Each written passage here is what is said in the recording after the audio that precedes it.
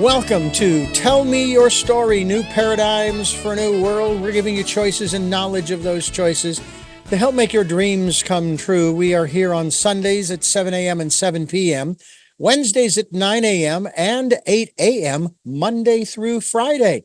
And it is really a pleasure to have you with us as we continue our conversations with our very special guests who are giving you choices and knowledge of those choices to help make your dreams come true. And we also are podcasting these programs on SoundCloud, iTunes, TuneIn Radio, Spotify, Stitcher, Player FM, Blueberry, iHeartRadio, Amazon Music, and many other locations. We are on YouTube, where you can watch these conversations. That's right. You can watch these conversations. And we hope that you'll subscribe, or at the very least, maybe you just click notifications so that when I post a new conversation, you'll be notified so that you too can participate by, I put it this way, eavesdrop, but we encourage you to do so on these conversations, and then contact and get in touch with our guests on their websites, and maybe get a copy if they have a book. If it's just conversation, we hope that you enjoy it. We also encourage you, if you are able to do so, we would greatly appreciate any financial support. We have a PayPal account. It's there for your security as well as ours. When it's asking you for an email address to whom you are sending, richard@richarddugan.com is the email. That's richard@richarddugan.com.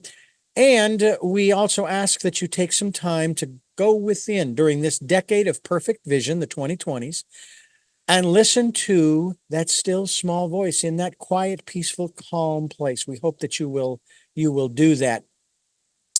We also hope that you'll stay with us as we talk with our very special guest, who is going to talk to us about a very serious, if you will, I guess that's the right word, conversation about addiction, because she has a work that we are hoping that you folks will consider picking up. And it is basically Just Stop Addiction with Cognition.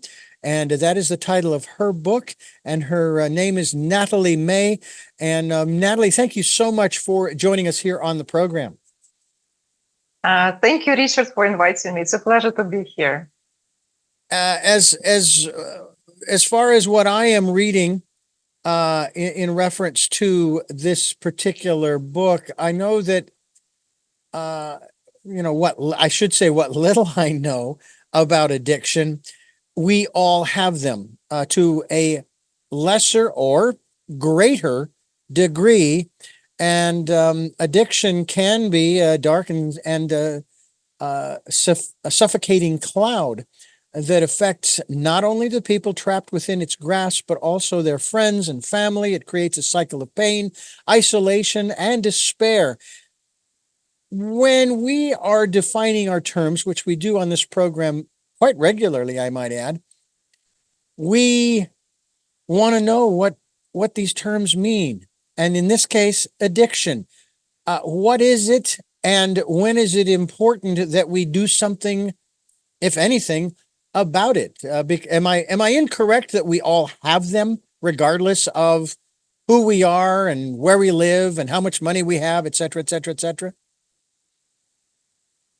Well, an addiction is considered to be an addiction when it has negative circumstances. So we all might have habits, like daily habits or rituals and routines, and that's perfectly normal. But an addiction appears when these habits are starting to destroy our lives and our relationships or our health, and then it's considered to be an addiction. And this is what this book is about. The book that I wrote, have I mentioned that I wrote the book, Just Stop Addiction with Cognition? You did, right, Richard? Yes, I did. Yeah, and as a matter of fact, they can find this book through Amazon as well as your website, natalimei.com. I'll spell that out in just a moment. But one quick question, point of reference, if you will, is the book available in Audible format yet? No, not yet. I am just waiting for it to appear on Amazon within 48 hours. It should be there in electronic format and in printed format in the paperback. And Audible, unfortunately, not yet, but I'll work on it as soon as possible. Excellent, excellent. All right, so are we? Because I do want to make sure that I have this correct. We all am I incorrect? We don't all have addictions as you have defined them. I wouldn't say that we all have addictions, because an addiction has like a negative color, let's say. So an addiction is something that leads to negative circumstances. So I wouldn't call all of us addicts, although maybe some of us do have an addiction of like maybe electronics or like watching a TV or other things, but I still hope that more people, there are still more people that don't have addictions. They control themselves and they utilize their time and habits correctly without having negative circumstances on their lives. When we observe, I want to use the term carefully here, when we observe other people. Now, granted, we need to be more observant of self, if you will, in terms of learning about who we are and why we are where we are and so forth. Those are I guess you might call them the fundamental questions of life that we're all trying to answer in terms of, well, what's my role in all of this, in the universe, in this place? But when we do observe, what signs are we looking for in the person that would indicate that they have an addiction? What are those signs? I actually didn't think about it. It's a very interesting question, Richard, because due to the nature of my job, all the people who come to me, they have an addiction. So I don't know many people who don't, unfortunately. And I think that actually everyone, every single human being could potentially have an addiction given the circumstances, because the circumstances are what influence whether the person is going to be an addict or not. Because most people get to be addicted to substances through their surrounding, let's say, through their environment. Right. Yes, so it's either comes from their family or from their friends or from work. I don't know, but for sure it comes from somewhere outside. And usually people see someone doing that and they repeat, because we as humans, we have this trait from the monkeys that we like to repeat after one after another. So we don't learn much by reading about things, but we mostly learn by copying each other. And that's why addiction is so widespread, because people just copy each other without actually understanding what are they doing. So no one before taking a drug or like over consuming alcohol, no one is Googling, those substances and looking into like the long-term effect of these drugs. I'm saying this also from my personal experience, because when I tried drugs, it never crossed my mind to like Google, like, what am I actually taking? So it's usually someone who is just giving you something and you're like, oh, very interesting, let me try.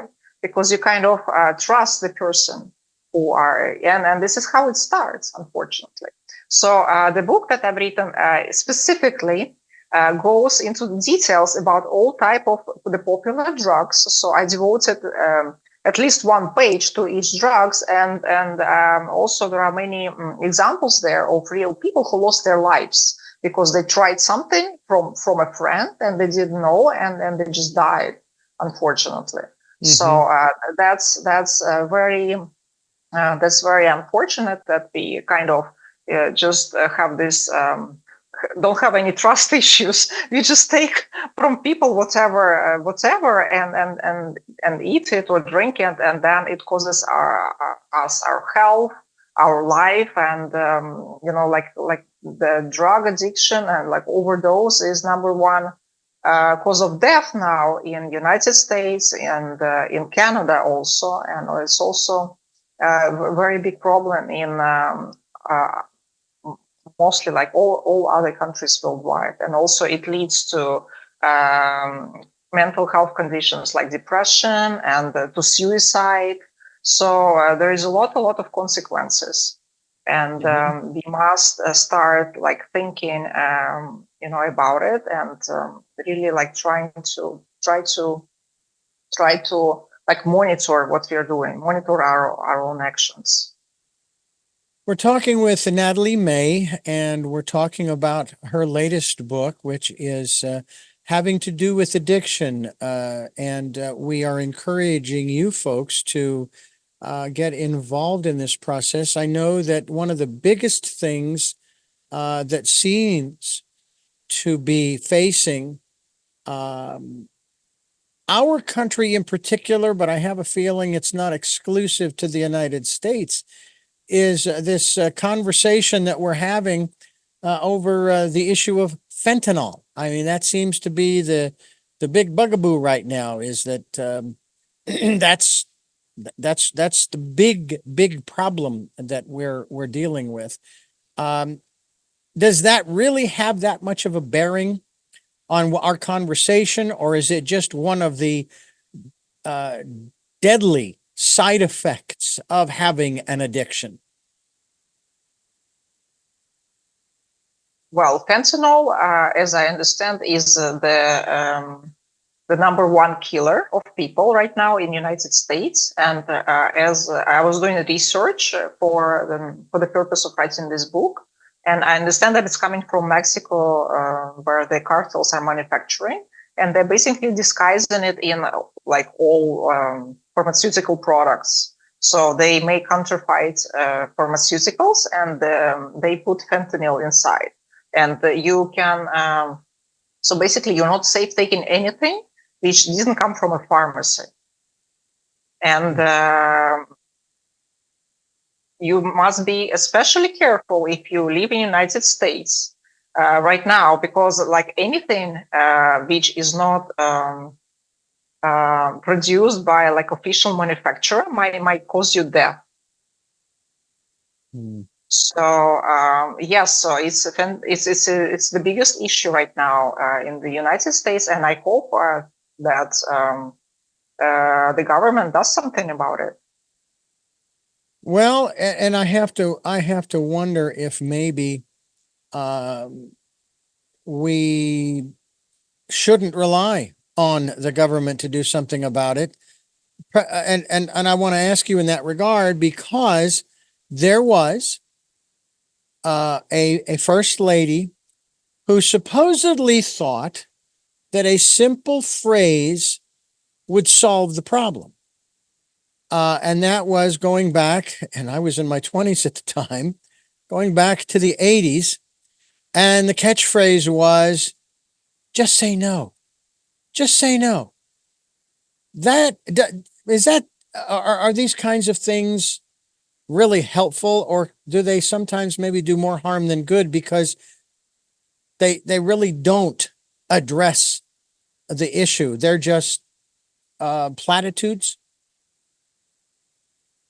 Well, the issue of abusing substances is a very complex one. So first of all, why people are using substances? Because they're trying to self-medicate themselves. So either they don't have access to healthcare or to mental health care, and they don't have access to the education which would warn them about the side effects of drugs. So all these three things are must be taken into consideration. And of course, it would be wonderful if we had the media and social media do the same thing as they did with COVID. So like to warn everyone that, you shouldn't go out without mask on the street. You shouldn't be, interacting with people. If they did the same for drugs, that would be amazing, because I think the problem would be solved like this, if they warned, they could warn that like all the drugs are poisoned with fentanyl, and if you take them, they kill. That's it. I think the problem would be like really solved very quickly. But unfortunately, this is not being done, and the media doesn't pay enough attention to this problem, and the social media either, unfortunately. So I still hope that this, education about the side effects, the deadly side effects of counterfeit medicals and of drugs in general would be available in schools, because this is the only way I can see that it's possible to educate people. Mm. We're talking with Natali Mei and her website, natalimei.com. And that's spelled NATALIMEI.com. We will be linked to that website so that folks can go there and check out the work that you are doing. And speaking of which, the work that you are doing as a cognitive behavioral therapist and addiction recovery mentor. Talk to us about what a cognitive behavioral therapist is. Well, basically, I'm a psychologist who is offering talking therapy to my clients, and I help them resolve their mental issues, and I help them to set goals and to achieve those goals and to get on the right track with life. So I decided to work especially with people with addiction, because I know that, first of all, I know it's a big problem. Second, I have my own experience with addiction, and I know how hard it is to find someone who can actually help you. Right. And also, one more thing is that, there are a lot of therapists out there and a lot of coaches who help people, set the goals and get on with life, but they don't work with people with addiction because they think it's like, another level. But what I think that most people who are abusing substances, they're doing it for a reason. So they have some kind of emotional or psychological problem, and they're trying to like get away from it by numbing their brains. Yes. So like the drugs like depressants, like opioids, for example. Yes, they're all depressants. So they're like depressing central nervous system. So the person doesn't have to worry about what they're worrying, So this is the main reason why there is an opioid epidemics worldwide, and in the United States in particular. So if all those people were asked, like, why are you using drugs? Then they would answer, like, for example, like, I have a problem with my relationship, or I have like social anxiety, or I don't know, I lost, like I had a loss in my life. I lost my parent, for example, or I don't know, my spouse left me. Every person has an explanation why they're using this. Yes, but somehow the stigma in the society exists, and people forget that every medicine is taken when there is pain. It's exactly the same. It's exactly the same with drugs. So my job as a cognitive behavioral therapist is to help people figure out why they're using. Yes, and when they understand what's the reason for that, we are working on healing that issue and making them move on in life in a way that they don't need this medicine anymore.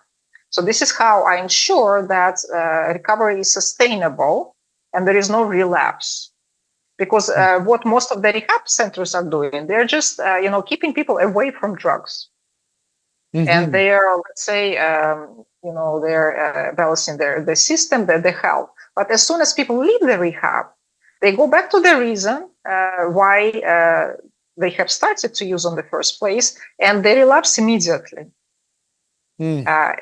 And that's why, so that's why I offer this online therapy for addiction. And many people are surprised, how can addiction therapy be online? But I'm just saying that I think it's the most effective way.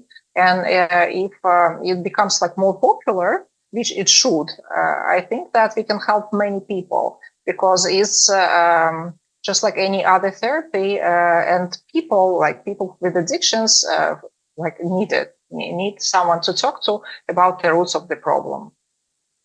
Natali Mei is my guest. We're talking about her latest work, Just Stop Addiction with Cognition. Oh, I beg your pardon. That's right, with Cognition. Thought I read it wrong. When we are talking about addiction, and as you continue to describe the whole aspect here, and let's focus primarily on substance, or if we want to use more specific, drug addiction. There has been, over the centuries, a usage of many of these drugs for medicinal purposes. They actually were used within the context of medicine to maybe alleviate pain, and so on and so forth, of various types, whether it's physical or even psychological for that matter, mental pain. Unfortunately, these drugs are now in the mainstream. And as you say, people that they're dealing with, some are, well, probably most, if not all, they're trying to mask the pain that they're feeling, that they're not willing to deal with. And of course, if I'm correct, we have to go through in order to, if the if the right word is get rid of or be free of the pain, we have to go through it. Whereas the drugs that we're talking about here, they misdirect us. We're not going through. What obviously the first step is to recognize that one has an addiction. And again, we're going to stay focused on the whole issue of drugs. I know that today there are people who are trying to get our institutions and our government in particular to recognize the importance of these different drugs that actually could be very helpful, let's just say, for veterans who are suffering from PTSD and so forth, anxiety and depression, et cetera, et cetera. And what I guess the right word is, in moderation, they can be very helpful. But part of the problem, and maybe this is where, for example, the opioid epidemic has gone, they lose track of how many they've taken. It feels good, and so I'm just going to keep doing it because the pain is alleviated. And the next thing you know, they're addicted or dead, because eventually, apparently, it will kill you. In your practice, if you will, when you are working with people, and once they've made the decision, I want help. I have an addiction, almost as if we're in Alcoholics Anonymous, the AA types of programs. Hi, I'm Richard, and I'm an addict. And it doesn't matter what you're addicted to. If you know you're addicted, all right, that's the first step. They come to you with that recognition, that acknowledgement. What happens next? Well, what happens next is that I announce to them the conditions of my program. So I have a special program for the people. It consists of 10 sessions. And I walk people through a process. So in the first session, we are discussing the cause of their addiction, like why are they taking drugs? And for a lot of people, it's like an eye-opening question, because sometimes they even go away and they have to think about it, why they're really doing it. Because by the time you are abusing drug for too long, you already forgot why you started to use it. Yes, because the drugs, unfortunately, they depress the nervous system, and it doesn't function so well. So people, let's say people who are addicted to drugs, they're not very bright. Yes. So they really can't figure out even the reason why they started using the drugs.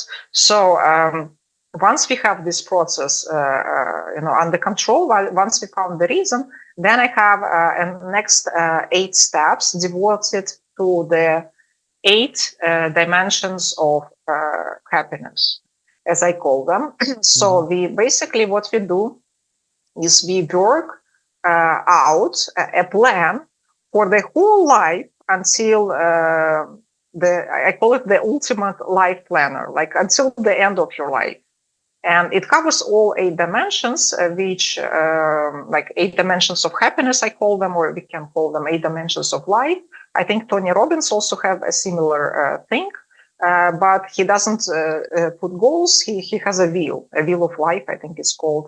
So we are talking about dimensions such as psychological, physiological, family, lifestyle, occupation, finance, society, and spirituality.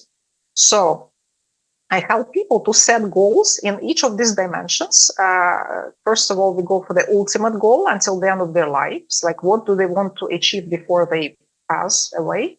Then we go backwards, like reverse engineering of life.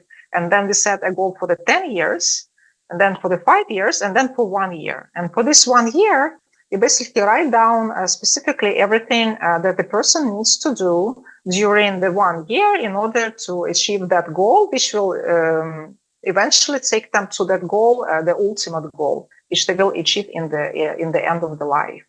And this is the process that we are repeating for each of these 8 dimensions. So one session is devoted to each. And in between, the person has 1 week to figure out what they really want, and they write all these things down. So they come back to me after 1 week with the list of like goals and ideas and dreams. So this really helps people to understand what they really want in life and start moving. Because you see, when the person is under the influence of drugs, they don't understand what they're doing. The mind is blurred, and it's like they it's like they're in the darkness and they don't see where they're going. So they're walking through like a long tunnel, but they don't see where they're going. They just go with the blindfold. So this planner, which we are doing with them, really helps them to get on with life and to start moving in the right direction. And this is what helps them to get out of that destructive cycle of their bad habits and to lead them to addiction-free life. And that's why I have such a high success rate, and very few of my clients have a problem with relapsing.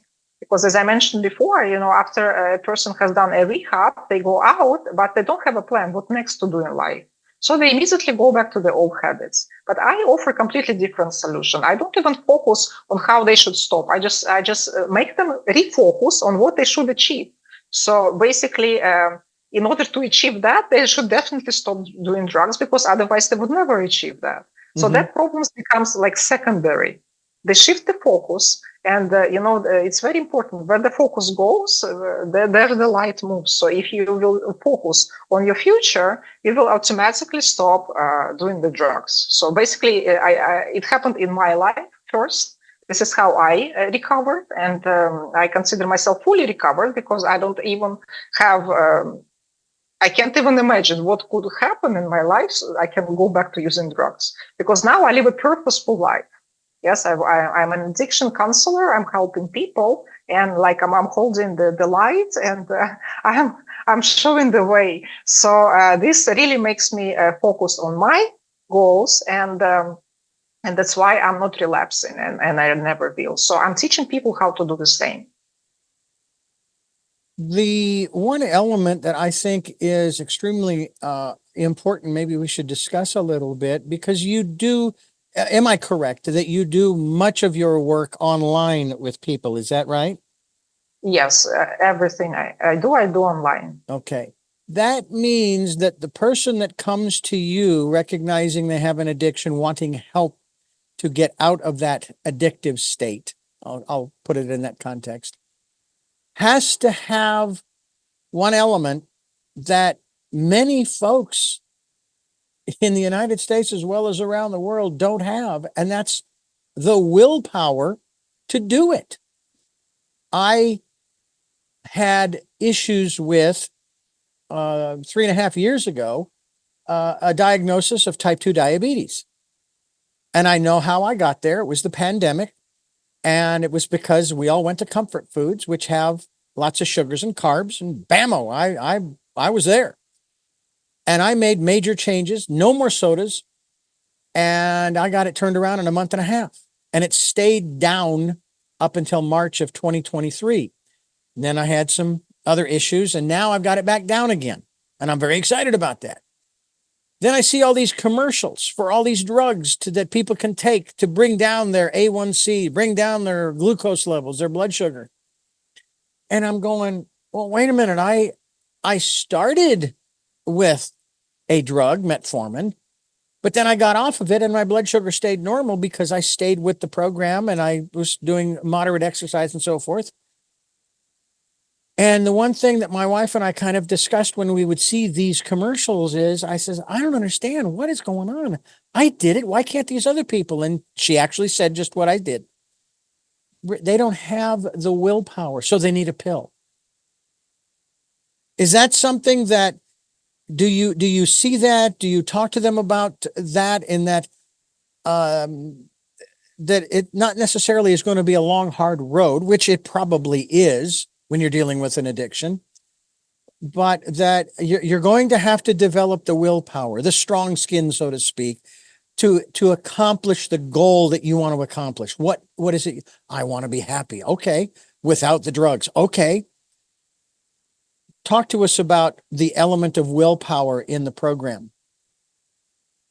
Well, the willpower is everything, and without willpower, there will be no progress, of course. But many people who are not in denial, right? Because I can't help a person who is in denial. So the people who come to me, they actually admit that they have a problem, and they realize that they won't have a chance of a good life unless they do something about it. So what I do, I just confirm to them, since you came to me for help, then you must realize that you have 4 options right now in your life. Either you have a recovery program with me, or your addiction might be harmful to your health in the very near future, and then you will end up in a hospital with destroyed health.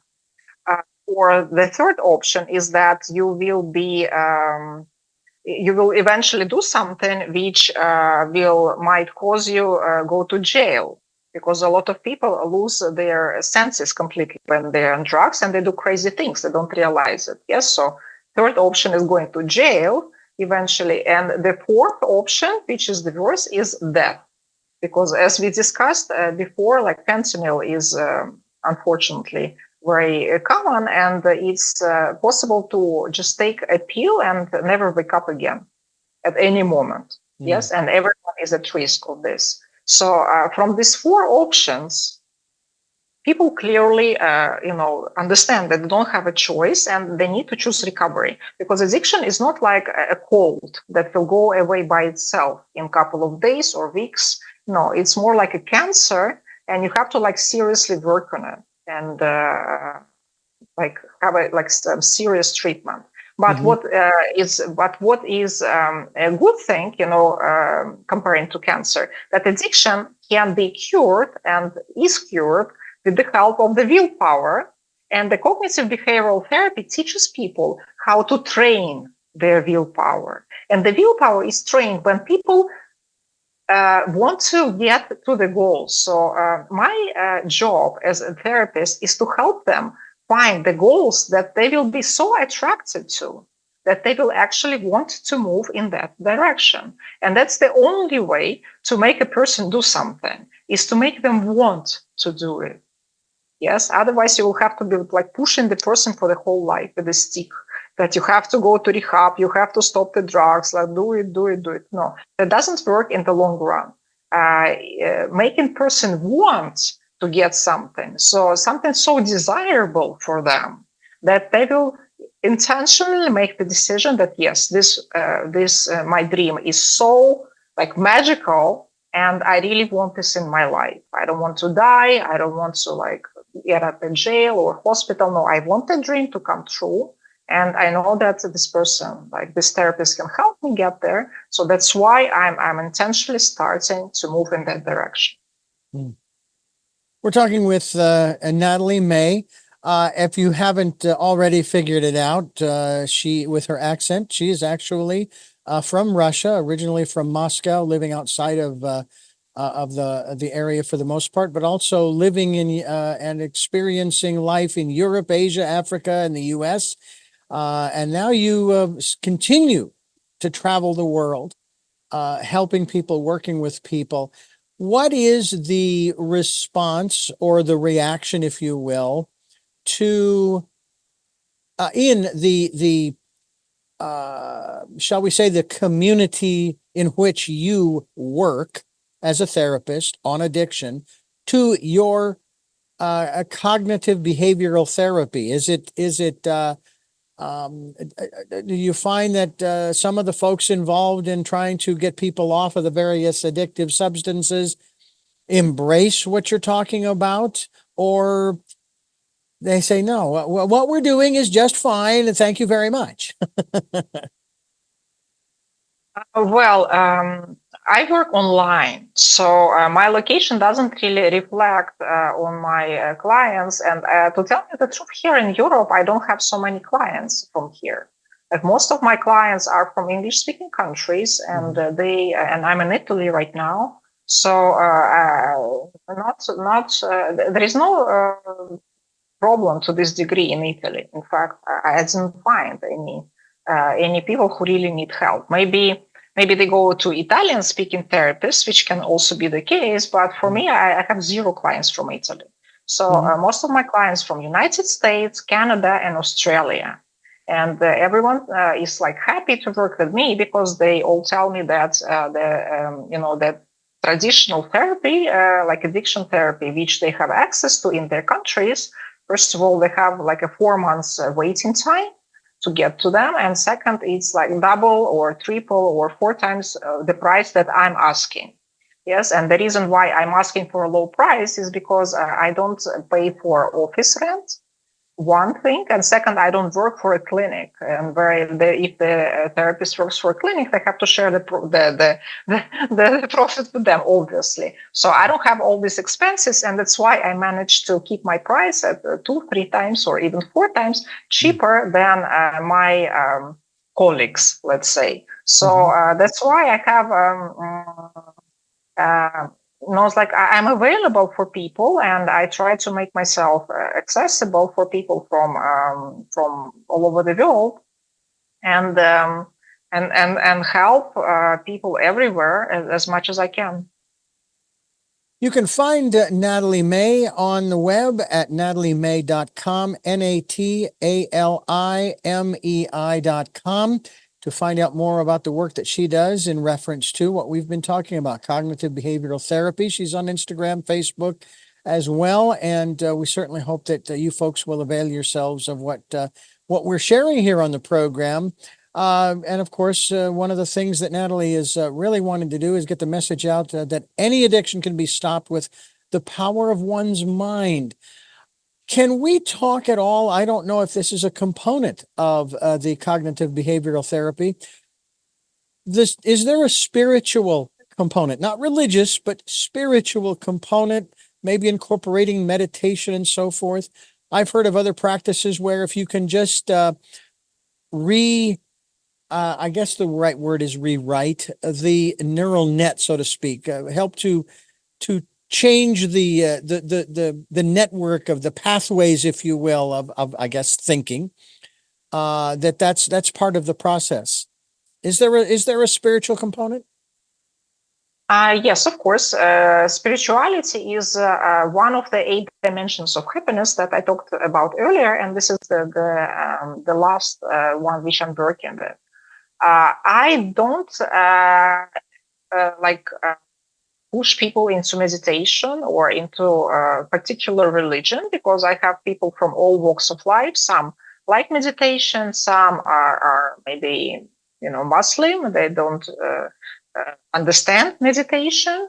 And so it's very personal, and I work with each person according to their needs and beliefs. But yes, spirituality is very important, and it's. But I see spirituality as the ability of a person to recognize that they are the part of a greater plan, and they have a high purpose. So they're not just like replaceable piece of flesh and blood, but they came to this world with a purpose. And once they find this purpose, then everything will fall into places. So I can also speak from my own experience because, most of my life, I wasn't a therapist. I wasn't a psychologist. I come from a business background, and I worked in business for more than 10 years. And I was very, very successful. So I like made a lot of money and with real estate and consulting worldwide. But when I reached all that success, I immediately fell into the trap of addiction. Because when I reached, my financial goals, I started having more free time and like access to like different pleasures, which I didn't have before. And after trying like everything, like shopping, traveling, all the entertainment I could get. I lived in Miami in a beautiful condo, and I could go to both parties and have amazing life. But when I had all that, I understood that, okay, now that I reached all that I wanted in my life, I don't know what else I can do in my life. I don't know where I'm going to go. What was my purpose of my life? And that caused me like a crisis. So I had this like maybe midlife crisis, and that made me fall into the trap of like drug abuse, which became like very dangerous for me.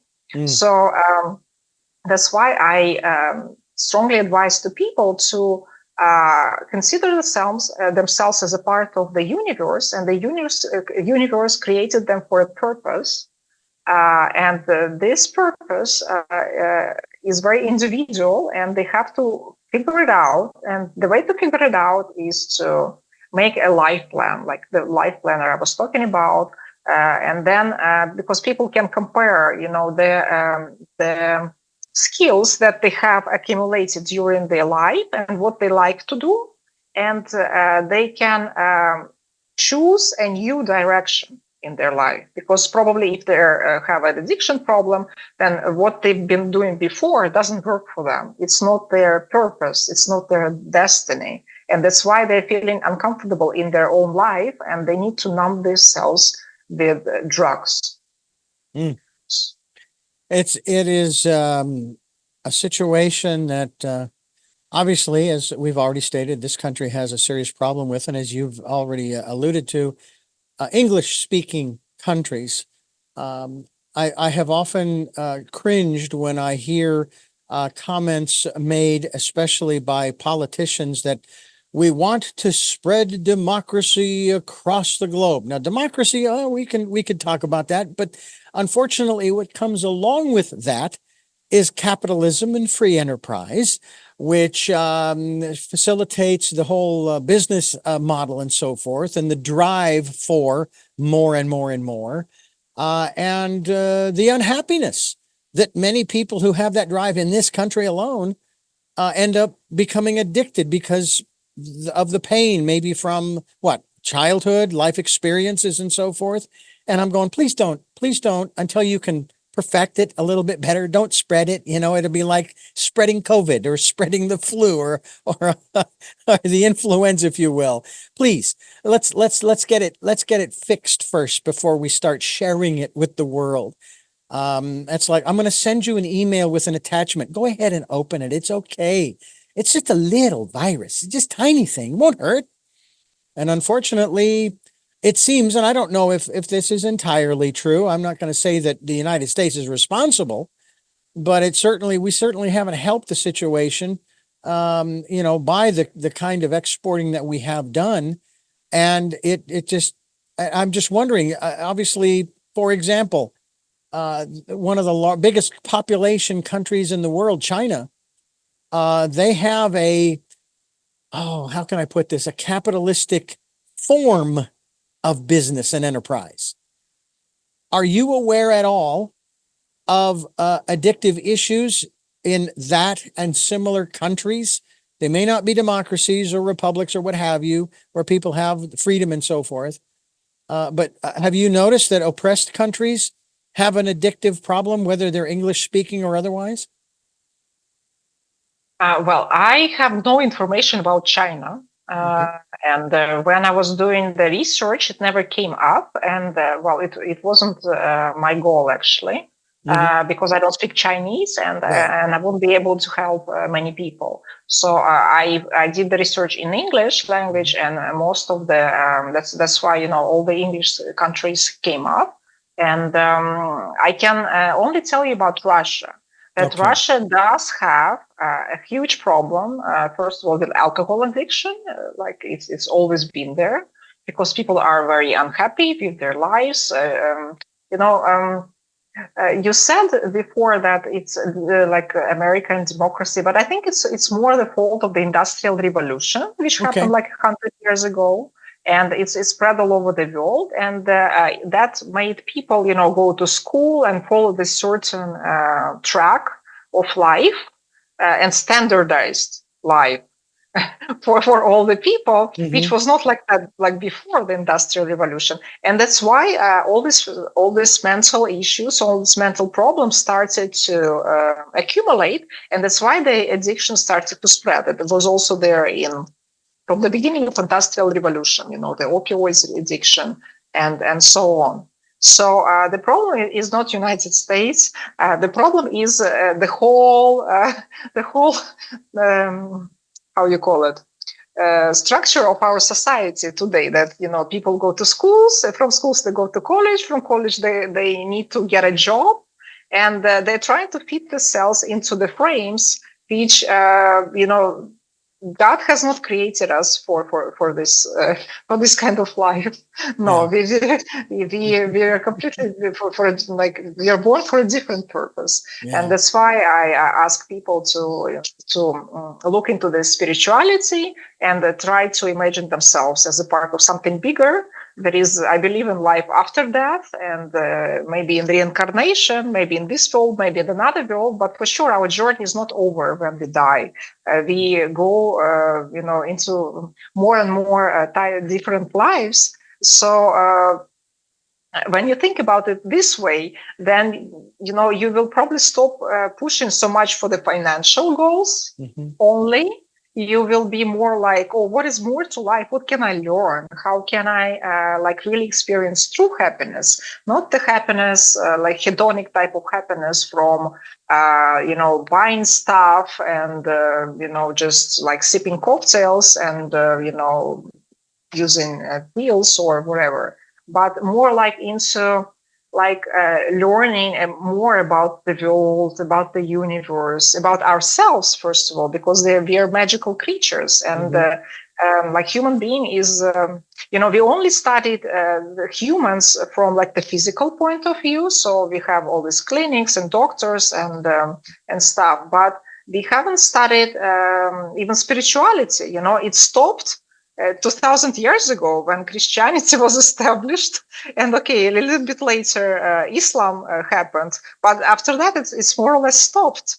So we still using the same book like Bible and Quran, which was written 2000 years ago. We don't do the same with fashion, with food, with with any other aspect of culture. It's only with religion for some Yeah. reason.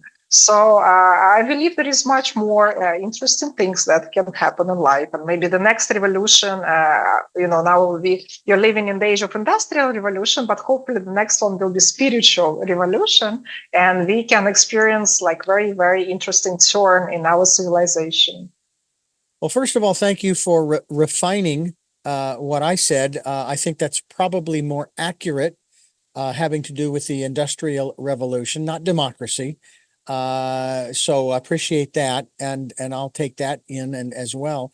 And I think too that I'm hoping that you and I, and those who have participated in this program, I'm hoping are on the the forefront. I'd like to think so anyway, of that revolution, the spiritual revolution, because from everything that we've talked about on this program over the years, basically says that just what you said, that we need we need to have a spiritual revolution, not a religious revolution. And I have to tell you also that one of the conclusions that I came to, just as you have alluded to, when it came to the various philosophies, as I like to call them, it didn't make a whole lot of sense to me that we have a plethora of choices when it comes to food and drink and work and play and living, where we live and how we live, and the structures we live in, and the types of communities that we create, and so on and so on. And there's only one way to God? It doesn't make any sense. To me, that's illogical, but that's just me. What do I know? Natali Mei is my guest psychologist. She is the doctor of psychology. She is talking to us today about not only the cognitive behavioral therapy that she practices, but also the book, Just Stop Addiction with Cognition. When you used that opening phrase, just stop addiction, it actually did bring to mind what former First Lady used to say about, just say no when talking about drugs. But that is not the message that you are trying to get across to folks, because obviously it goes on and with cognition. Again, the cognitive behavioral therapy, or CBT. How did you come to this particular phrasing in terms of titling the book? Because it does have that slight flavor of just say no to drugs. Well, actually, I took it from a phrase, just stop oil. Oh, And I okay. used it. I used it because at some point of my life, I kind of joined all these eco movements, and I was trying to facilitate and help them until the point when people openly told me that their goal of using this slogan "Just Stop Oil" is only to piss off the opponent, literally. So they don't mean to accomplish anything with this phrase, because for me, this phrase doesn't have a meaning. What do you mean by just stop oil? Who are you talking to? So for me, I was really there is an irony in the title of this book, but on the contrary to just stop oil, I give a solution in the same phrase. So just stop addiction with cognition. So and I think everything can be stopped or accomplished with cognition, because thinking is and reasoning is the magical process which is only available to humans, and that's why we are different from all the other creatures of our planet. And with this process, our civilizations have been built and destroyed. But basically, this is the most powerful tool that we have. It's more powerful than any medicine. It's more powerful than anything available to humans. So this is how I came to this title, and I hope it's catchy, and I hope it draws attention of people. Well, one of the things that I find interesting about it all is the fact that it's been said many, many times on this program by my guests that the mind is a very powerful tool, if you will, and that we can create or destroy, but let's focus on creating a world in which everybody is benefiting, not just because of their national association, economics, religious, political, et cetera, et cetera. That's kind of what we want. We're looking for those new ways of living, because you just look around, the old ways just don't work anymore. I mean, look at we're dealing with this issue of addiction. So we need to find some new ways in which to address. And you have focused CBT, or cognitive behavioral therapy, on addiction, but you also just said that you could use this in any area of your life, not just to did you use the phrase cure addiction? I don't want to misquote. Um, What is the accomplishment in that regard to an addiction? It well, will stop the addiction. You will no longer have any interest in because of the therapy. yes, well, stop addiction or overcome addiction. This is what I Okay. usually say. And yes, you're right. You can use the same methodology as the Ultimate Life Planner for for anybody. So Mhm. anybody would benefit it. And I hope that maybe when I have kids, this my book will be taught in schools, and they will learn that material in schools, because that would be wonderful if every kid would learn in school how to plan their life ahead and how to get there. Because basically what we have now, the educational system, like, it doesn't work. It didn't really work for me, and I'm sure it doesn't really do what it should do for younger people in the world Mm. that we are living now, and especially with the digitalization of everything. So that's a very interesting topic as well. But yes, I before deciding to specialize in addiction, I worked with all sorts of people when I just started to be a therapist. So I worked with just people who wanted to make their life better. So I was more like a life coach for them. And I also I also use the same process, the same methodology, and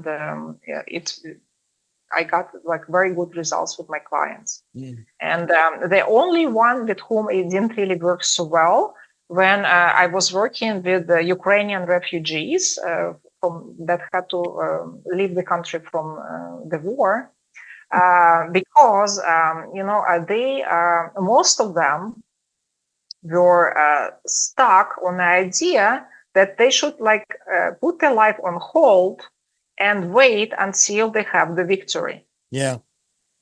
So that made it impossible for them to progress, because when you give the control of your life to external circumstances, like they did, Hmm. you will never progress in life. So when you wait for someone to, because you cannot influence whether the war will continue for forever, or when if it will stop tomorrow, you don't know. But our lives should not be influenced by external circumstances. We should distance ourselves from the news, from everything what's going on, from everything, Yeah. and focus on what really fulfills us. Because as we know, in the past few years, so many things changed. And if we if we go with the flow and react and try to follow every time that something changes, then we will never be happy. We will always be on alert, like what is going to happen next. Maybe we will have an alien attack.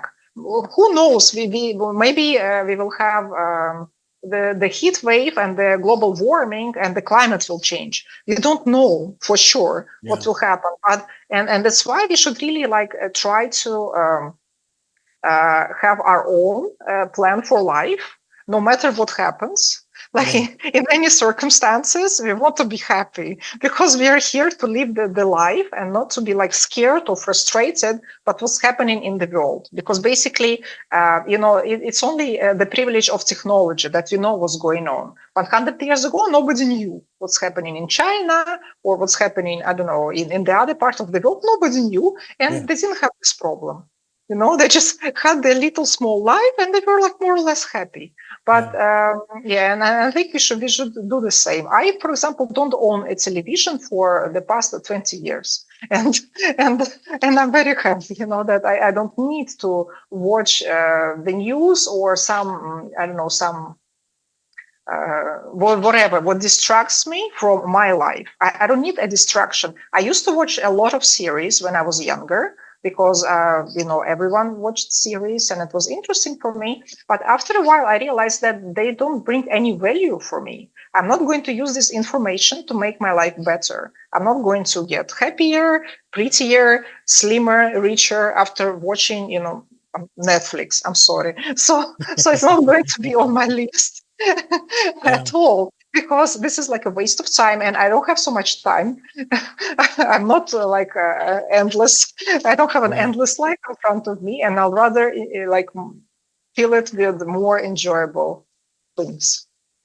Well, I'm with you there. I have, we do have a television. There was a period of time when my present wife and I, did not have a television in the house. We did have one in the garage, but it was facing the wall and it wasn't plugged in. And yeah, it was nice. And now when I do watch programs, movies, television series, and so forth, first of all, I don't like long running series. I mean, it's like, will you please bring, it was like you may or may not be aware of the particular series called Lost many, many years ago. Oh, yes. I'm I know thinking, that. when are you going to end this thing? This is getting ridiculous. I have loved these short little 4 or 5 part series, these television programs, but they haven't been from the US. They've been from overseas, maybe England or what have you. And I thought, oh, thank you for bringing that to a conclusion so quickly. I appreciate that. But my mind is also working and I'm going, I know where this is going. I know what's going to happen next. I mean, it's like the formula. Why am I watching this? That kind of thing. Pick up a book, or even go to Audible and listen to a book. And hopefully soon, your book, Just Stop Addiction with Cognition, will be available for folks. Natali Mei is my guest, and you are listening to Tell Me Your Story. We're talking with Natali Mei, Doctor of Psychology, and she is here to talk to us in this program about cognitive behavioral therapy through the book, Just Stop Addiction with Cognition. And Natali, I would like to thank you so much for being a part of the work we're doing here and for the work that you are doing there in Italy, but obviously globally through our technology, to help people not only to get over their addictions, to get control of and get rid of, if you will, stop the addiction, but also to help people to find their life's purpose through that process, which I think, and we do talk about it a lot on this program, is so important. If you don't have a life purpose, then you flounder and you wonder, okay, and then you just go through the motions, and it's like, how are you contributing to yourself, your family, your community, and then it expands out from there. So thank you so much for sharing with us today. Thank you, Richard, for giving me this opportunity to talk with you and to reach so many people. And I really hope that those who will hear it will find it helpful for them, and it will help them to change their life for the better. Natali Mei has been my guest, and natalimei.com is the website, NATALIMEI.com. We will be linked to that website. We encourage you to pick up a copy of Just Stop Addiction with Cognition. And Natali, I have 3 final questions to ask you that I ask all of my guests. But before I do, I want to thank you for listening to and watching Tell Me Your Story, New Paradigms for a New World, where we are giving you choices and knowledge of those choices to help make your dreams come true. We are here on Sundays at 7 a.m. and 7 p.m., Wednesdays at 9 a.m., and then Monday through Friday from 8 to 9 p.m. I beg your pardon, 8 to 9 a.m. It's a morning slot, and we are very happy to bring you these programs. We also encourage you, if you can support the work that we are doing, we have a PayPal account. It is there for your security as well as ours. Just put in richard@richarddugan.com as the email address to whom to send the support. We would greatly appreciate any amount. We'll take energetic support as well. I do want to remind you that we do podcast these programs on SoundCloud, iTunes, TuneIn Radio, Spotify, Stitcher, Player FM, Blueberry, iHeartRadio, Amazon Music, and many other locations. We're also on YouTube where you can watch these conversations. And I hope you'll subscribe and then click on notifications so that when a new conversation is posted, you'll know about it and you'll be able to go there and listen to that conversation. We also ask that you take time during this decade of perfect vision to spend time in that quiet, peaceful, calm, still place and listen to that still, small voice. We have talked a little bit about the whole spiritual aspect, and that's really what we're talking about here in terms of whether you want to call it meditation, you want to call it prayer, or you just want to call it quiet time, which we all can use. Please take the time to do so.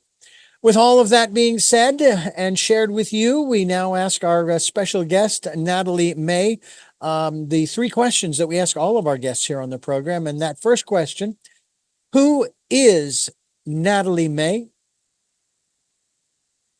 I am a psychologist and addiction counselor. What gets you out of bed every morning? My purpose in life and knowing that I'm helping people to change their life for the better. And what was your best day? 2 days ago, when I finally finished my book and published it on Amazon Kindle. Well, congratulations on that. And again, thank you so much for being a part of what we're doing here. And we hope that people will go to your website, natalimei.com, and find out more about the work that you're doing, as well as pick up a copy of Just Stop Addiction with Cognition. Thank you again. Thank you, Richard. And I thank you for listening to and watching Tell Me Your Story, New Paradigms for a New World, where we're giving you choices and knowledge of those choices to help make your dreams come true. And until our next podcast, broadcast, videocast. Love to Lal. Jeanette, I am still listening. Dad, continue to be happy because I am.